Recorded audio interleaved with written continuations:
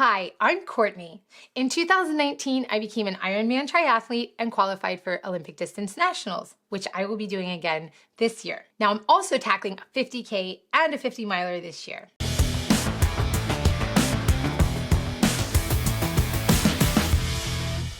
I just wrapped up week 3 of training, and I've gotten a lot of questions about what my training plan looks like as I prepare to do the 50K in April and then upgrade to a 50 miler in July. I'm going to recap the training I've done so far, if I've hit all my training that I'm supposed to do, and what any of the challenges are that have arisen throughout my training. I'm also going to take you through some of the run details. So what kind of runs am I doing? How long are they? What's the mileage? So perhaps to give you some insight into what a training program looks like when you're just starting to train for 50K. First of all, what kind of cardio training am I doing? If you've watched the previous videos, you know that I've lost most of my fitness after running my first 50K last year. So I'm kind of starting from zero. The kind of cardio that I'm doing in order to prevent injury, but start to build my fitness base is running and indoor cycling on my bike trainer. Now I'm supplementing with time in zone 2, my low heart rate zone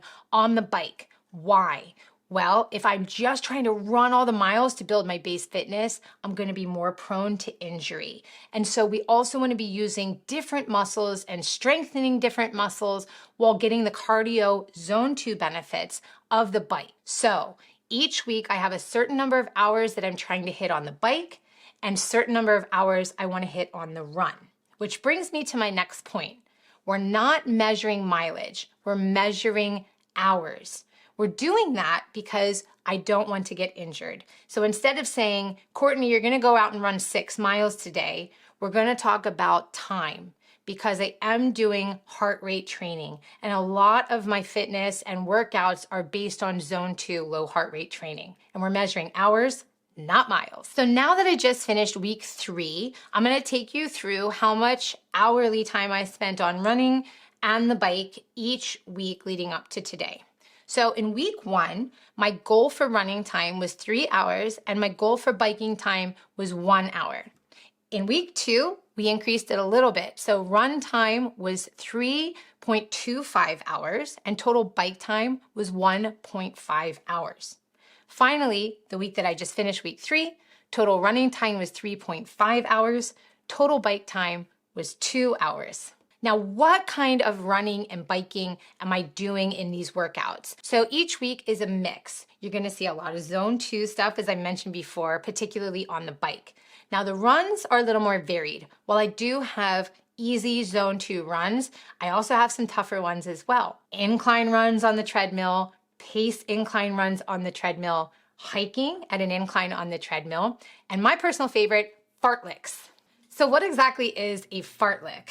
Aside from having a really funny name that makes us all smile, it actually is a very beneficial run type. The fartleks I'm doing are mainly zone 2. So an example of a fartlek run I did yesterday where I did 8 miles and the total time was about an hour and a half. I stay in zone 2 for 3/4 of a mile. So I'm just cruising, easy, low heart rate. Then when I get to that last quarter mile, I kick it up a notch and my heart rate needs to go into zone 4. Now zone 5 is the highest, and so that's an all-out sprint. Zone 4, I'm huffing and puffing, but I still have a little bit more in the tank. So I do that every single mile. Now, if you're on a treadmill, it's very easy to just look at your watch and you can do fartleks however you want. You could do a half a mile of an easy run, and then for a 1/10 of a mile, you sprint, all-out sprint. And then you go back into a run, an easy run, to get your heart rate back down. A very unstructured way to do this outside that a lot of people do is as you're cruising along running, you say, I'm gonna sprint to that pole or I'm gonna sprint to that tree. You sprint and then you either walk or you slowly run after you reach that destination. And you just keep injecting those little sprints and speed workouts into your run. And that, my friends, is a fartlek. Now let's talk about my Achilles heel, strength training. And Ben, my coach at Adventure Your Potential, is a big proponent of strength training for runners and endurance athletes because it makes you stronger, fitter, faster, and it also prevents injury. All these things are hugely important. Many endurance athletes struggle to find the time to do strength workouts because we're already busy enough trying to hit our mileage or our weekly goals, but I can assure you it's a really important part of the program. Now, did I get all my strength training in? I did not.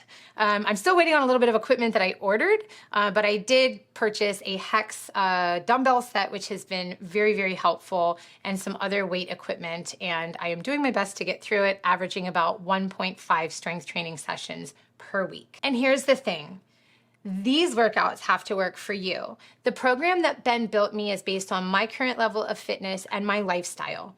I have a bit of a crazy lifestyle. I'm a full-time single parent and I run and own 3 small businesses. So he put together a schedule that wasn't overwhelming for me, but that also ensures that I'm getting in shape in a way that is not going to facilitate injury as I lead up to my 50K and then my 50 miler. Remember, as I'm giving you these training tips, this is my individualized schedule and it won't necessarily be correct for you to use. So I recommend reaching out to a coach, looking at online programs and apps that will decide what your current fitness level is and help walk you through your own training program. Something very popular that you'll see in both triathlon and endurance sports and running, ultra training, is you're gonna see a structured workout program that's gonna focus on the build, which is weeks 1 through 3.